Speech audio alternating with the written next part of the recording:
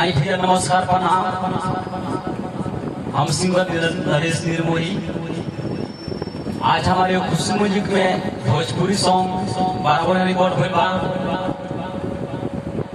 गाना जाम दुल्हन सुना के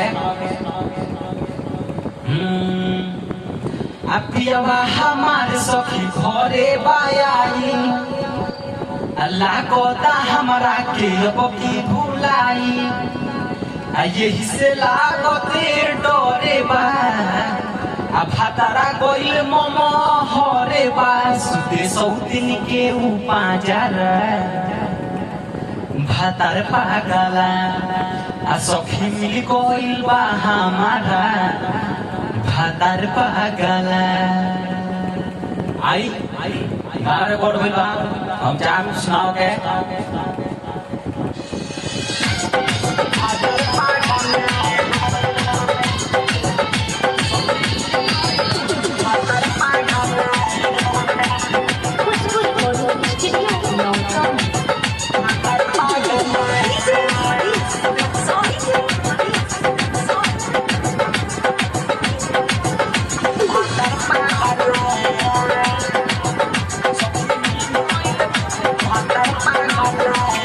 हमारे सखी घरे बायाई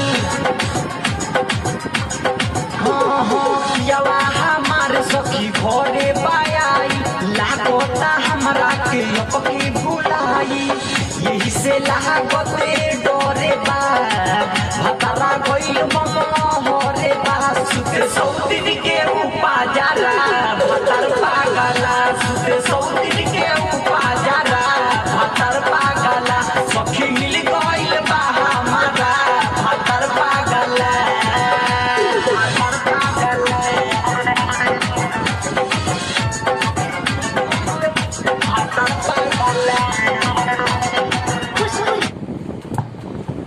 ये गाना रिकॉर्ड हुई बा बड़ा भैया रिकॉर्ड हुई बा। गाना काल 10:30 में चढ़ी।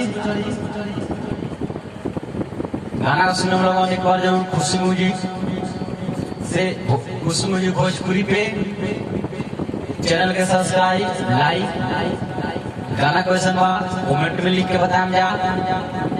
आई आंध्रा सुनी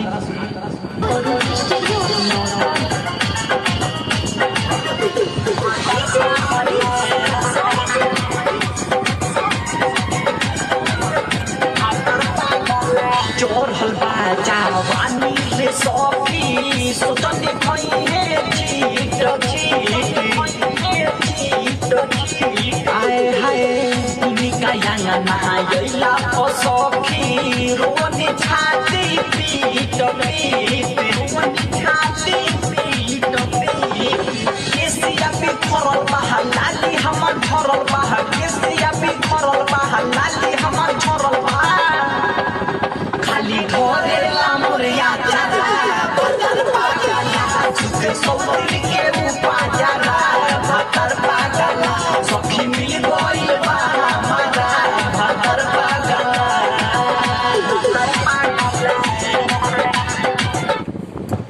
ये गाना बा गाना काल करी पूरा गाना सुनने वाला तो खुशी म्यूजिक भोजपुरी चैनल को सब्सक्राइब कर दीजिएगा लाइक और कमेंट में जरूर लिखेगा जी। नमस्कार प्रणाम।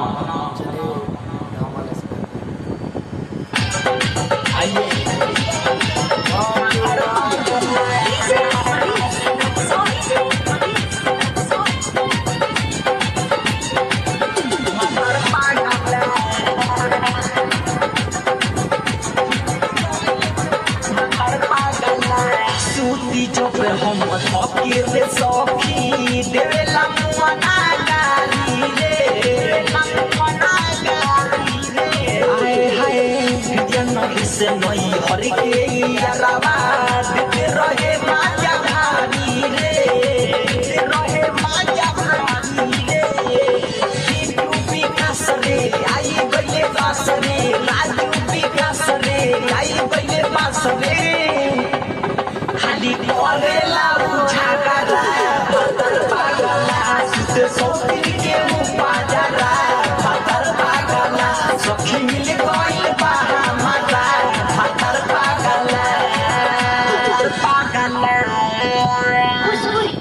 एक बार गाना का जरूर सुन जाओ, चैनल के सब्सक्राइब लाइक और शेयर कर दे जा, कमेंट में जरूर लिखे जा गाना सही बात। प्रणाम, नमस्कार।